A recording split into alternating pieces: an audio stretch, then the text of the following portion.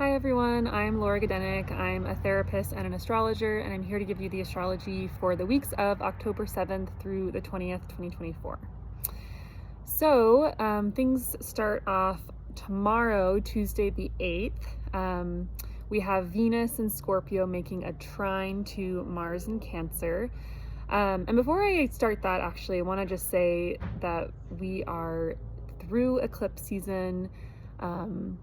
So we can kind of like have a sigh of relief, although, eclipses are still playing out and we might not even see fully see the changes that the eclipses are making for another couple of weeks or even months. So we're still kind of in that energy, but we're done with eclipses for the time being, for the next 6 months, basically. So yes, Tuesday the 8th, we have Venus in Scorpio trining Mars in Cancer, and then we have Mercury in Libra trining Jupiter in Gemini. This is actually really lovely. Venus is about relationships, art, beauty, love, attraction, and Mars is the planet that helps us go after our goals. It's our motivation and our energy. So this signature basically signifies a lot of energy for relationships and for connections. There might be like heightened attraction or sexual chemistry between you and someone else, maybe someone you're dating or seeing.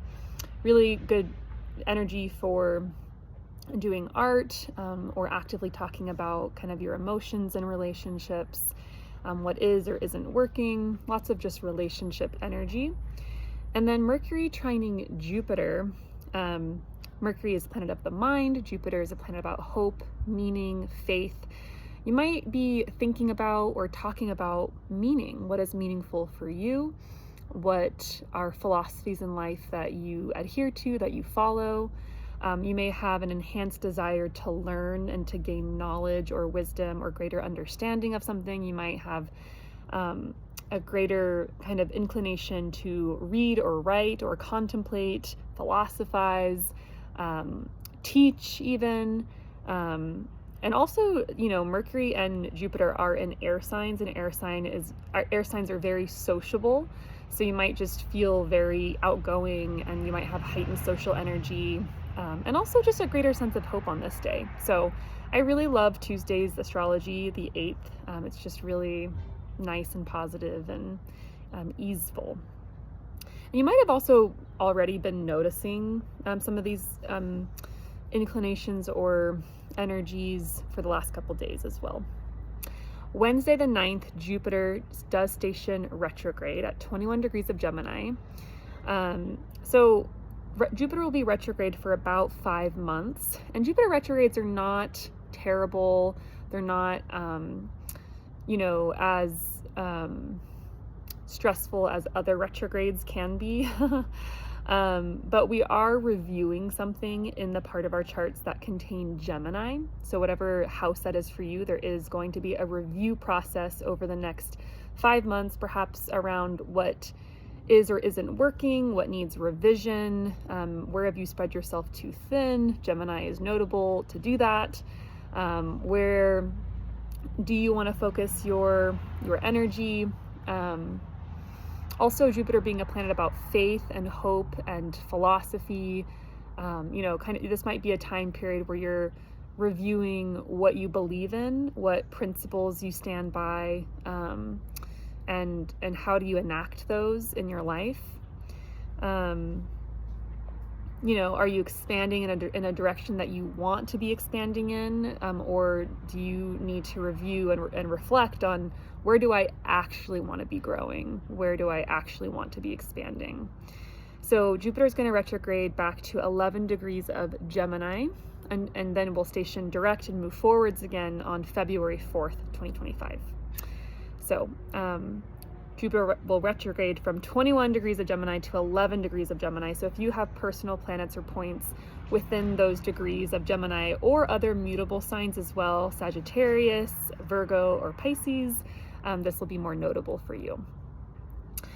Okay, Friday the 11th, Pluto stations direct at 29 degrees of Capricorn and is going to be heading into Aquarius come January for the final time. So this is really Pluto's last stint in Capricorn. It's been in Capricorn since 2008, maybe it's 2009, I can't quite remember, but Pluto, whatever sign it's traveling through, it renovates, it destroys and builds back up. It's death and rebirth, it's regeneration, it's transformation.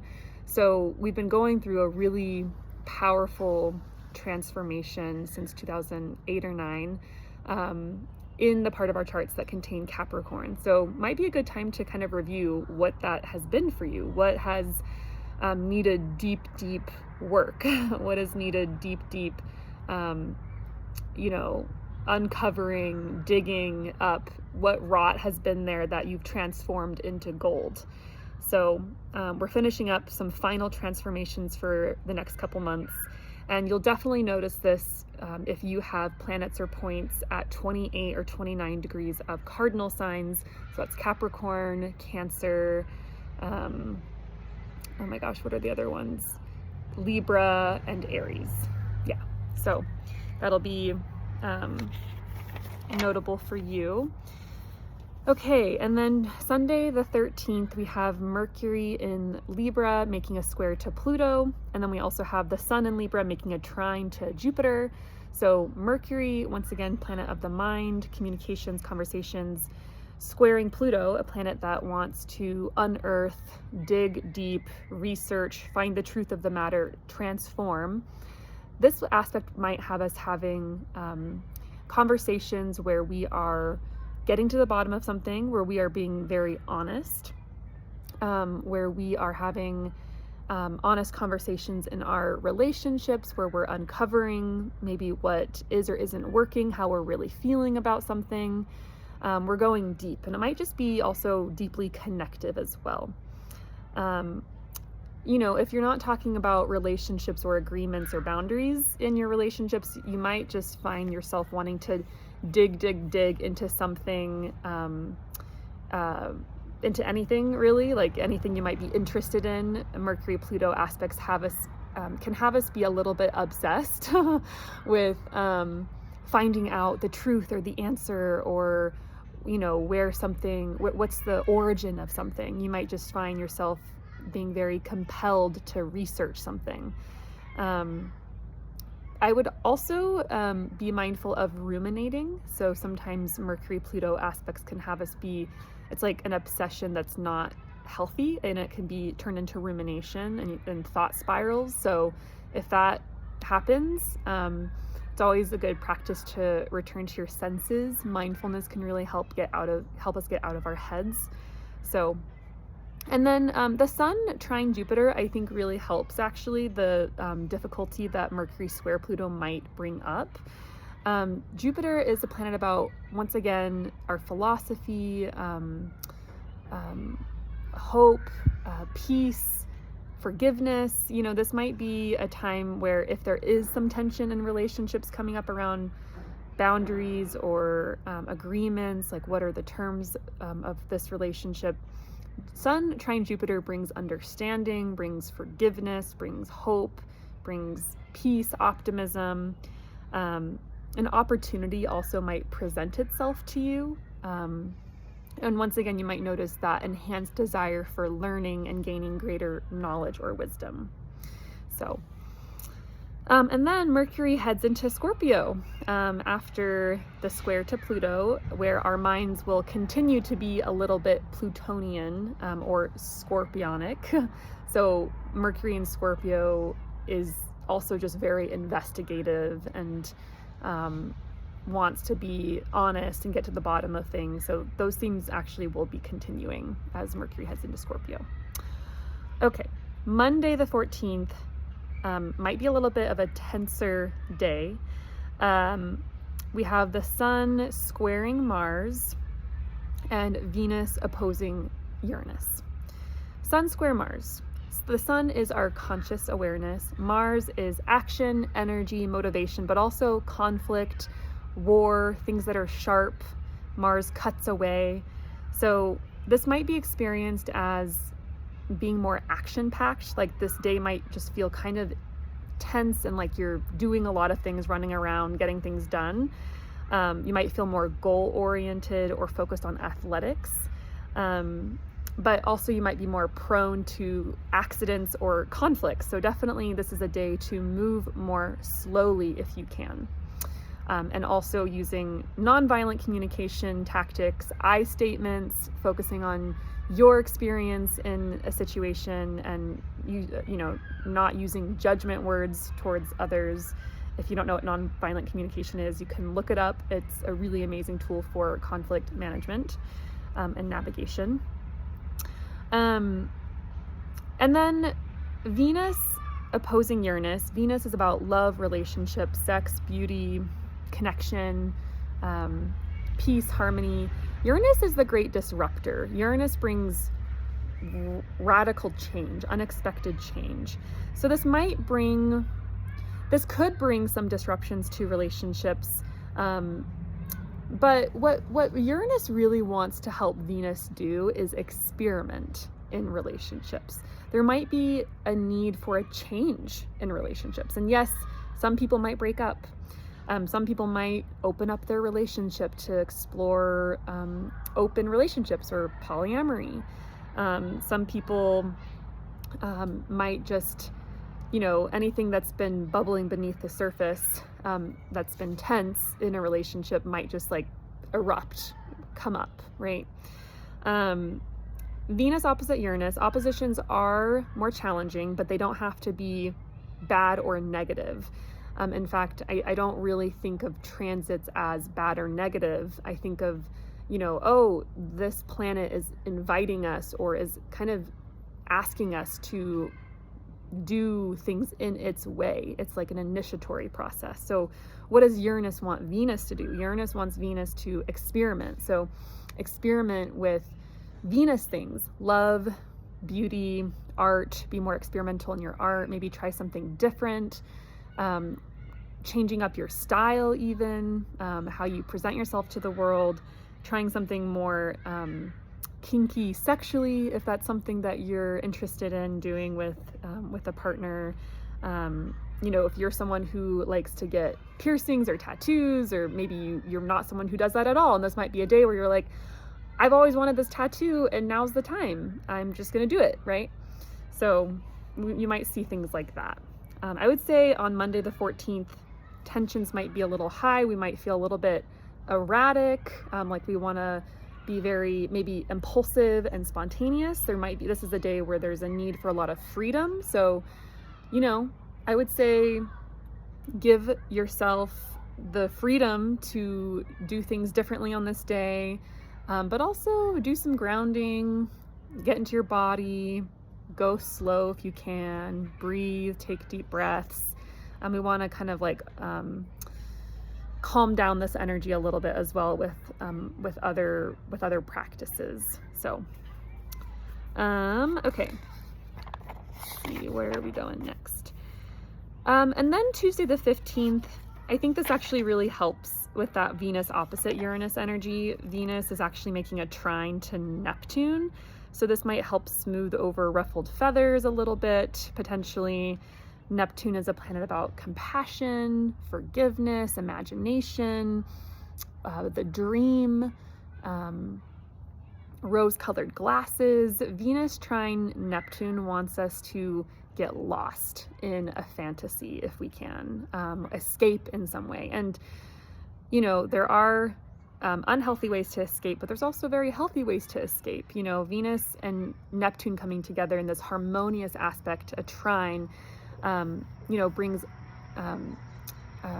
not only, well, I should say in terms of escaping, like, escaping through an art form, through music, through dance, anything meditative, maybe painting. If you're not someone who, loves doing art, maybe you get lost in a novel or watch a movie. It's just a day where the energy is asking us to relax, get mushy,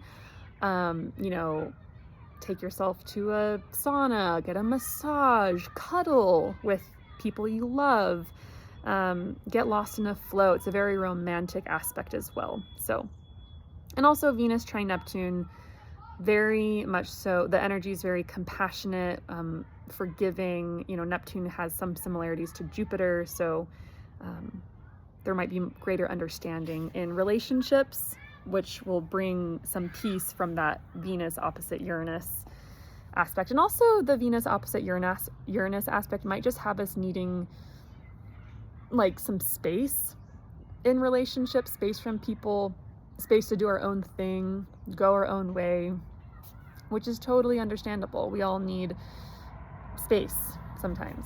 So, I mean, I'm talking from someone who has Venus square Uranus in my natal chart, so I definitely understand that sentiment.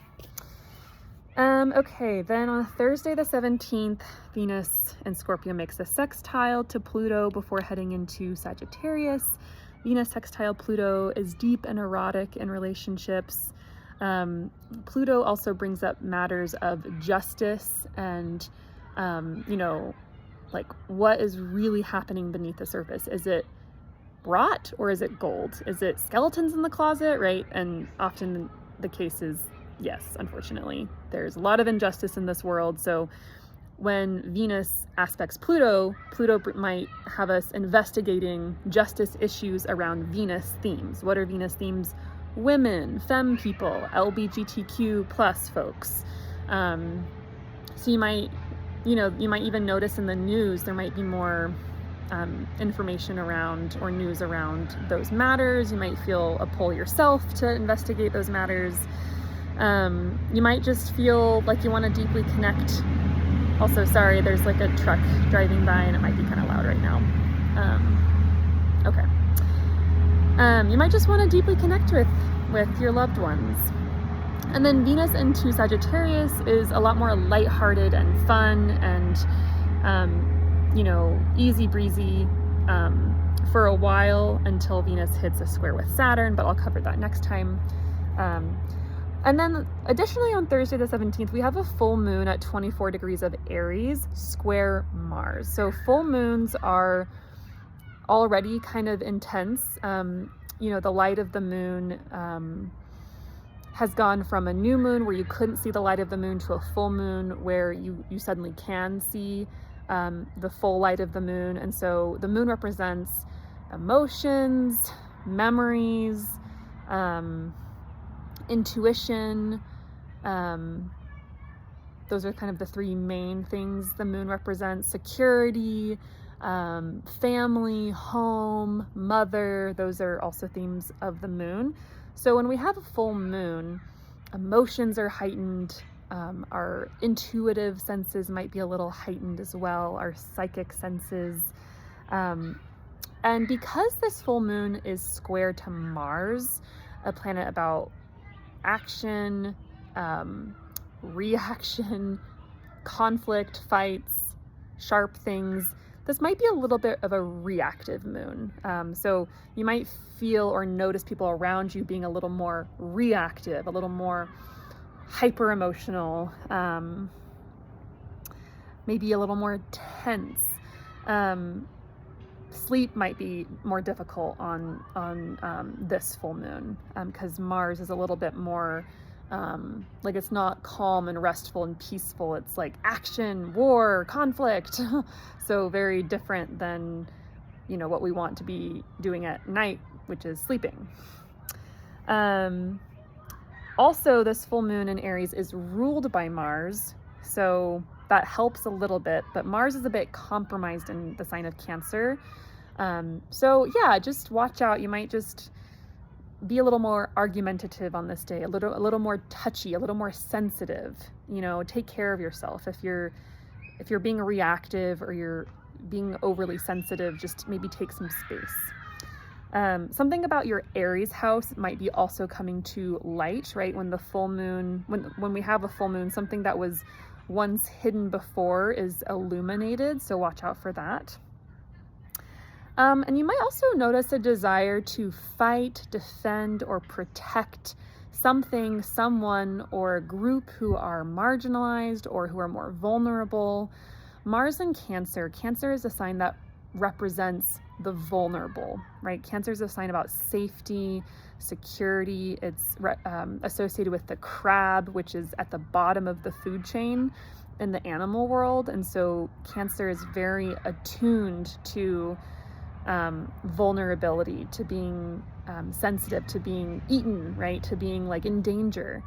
And so with Mars, the protector, the fighter, the soldier, the warrior in the sign of the crab, we might have this inclination to help, to protect, to feed, to defend, to take care of people or groups, or animals, or whatever, anything that is more vulnerable. So you might just notice that on that day, and have the desire to take action for.